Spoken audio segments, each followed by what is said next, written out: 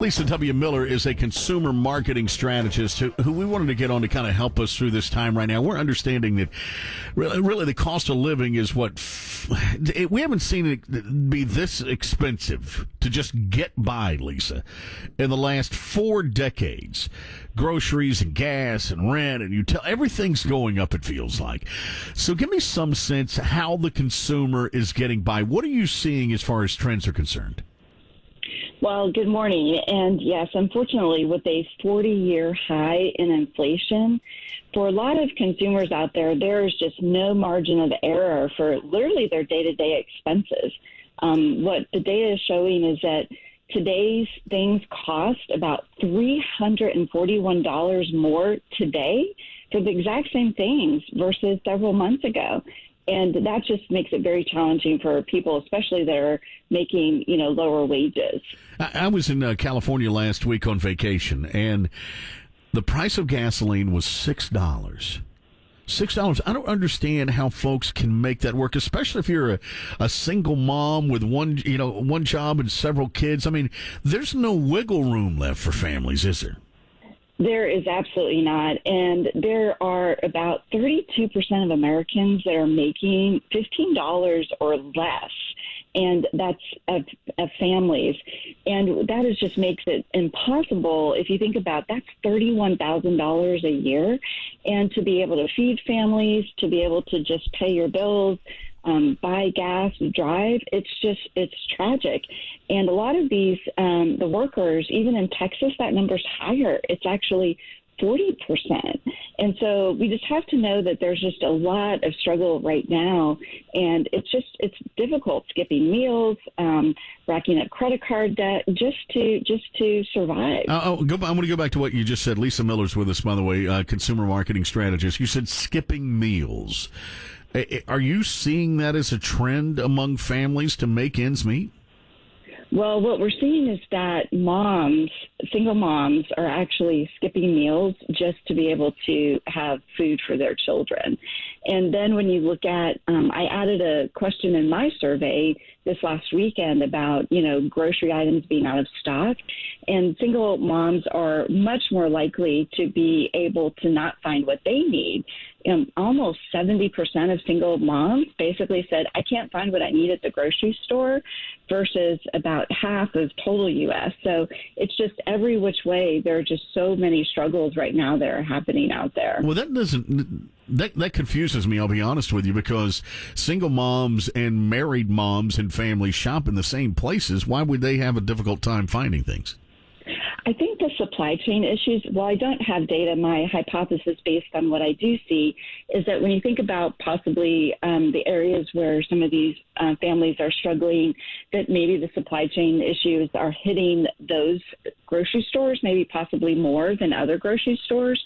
So that's where, I think that actually could be happening. Lisa, you were telling us before the break that you've seen single moms that are skipping meals just to be able to feed their family. The other thing you mentioned in passing there was racking up debt. Are you seeing folks actually making purchases now in anticipation of them being more expensive down the road? So just saying, you know what, I'm going to bite the bullet while I can. Yes, that's an interesting question. And kind of outside of it, there's this thing going on, pent-up demand. People are wanting to find a little bit of joy in their lives. And so what I am seeing is that consumers are actually more likely to say, I want to buy clothes and apparel now before prices go up, because they're concerned that it's just going to keep going up and up and up. And then the other thing, so that's a little bit of a splurge, but then the other thing is people want to get their cars fixed. With gasoline prices high, with car prices being so high, that's the other thing that, people are spending maybe a little above average just because they're concerned that prices are going to keep going up. Yeah, I wonder if this isn't also, and I'm going to use this word in a derogatory way, consumerism. Where we're all about the acquisition of goods. We want to buy things. I wonder if, because you mentioned, hey, people want to do things to bring them joy. I wonder if folks will realize that buying a new blouse may not exactly be where you find your joy in life. You could be absolutely right. I think after 2 years of being just pent up and just not being able to do the things that we want to do. I think that is where, yes, that consumerism, might not be such a good thing, but, going out to eat, we know is super expensive. Buying clothes, it's just all become so expensive right now.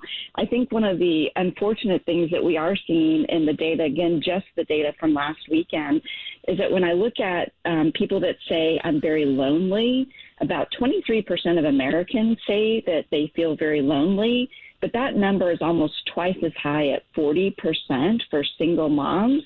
And again, there's just so much going on right now that it makes it very challenging just for the day-to-day living. And the single moms out there, there's just a lot going on for them. Are there some success stories that you've heard, though, that you've read about, that you've seen in some of your surveys where folks have been successful in getting by in some ways that they've been able to save $1 or $2?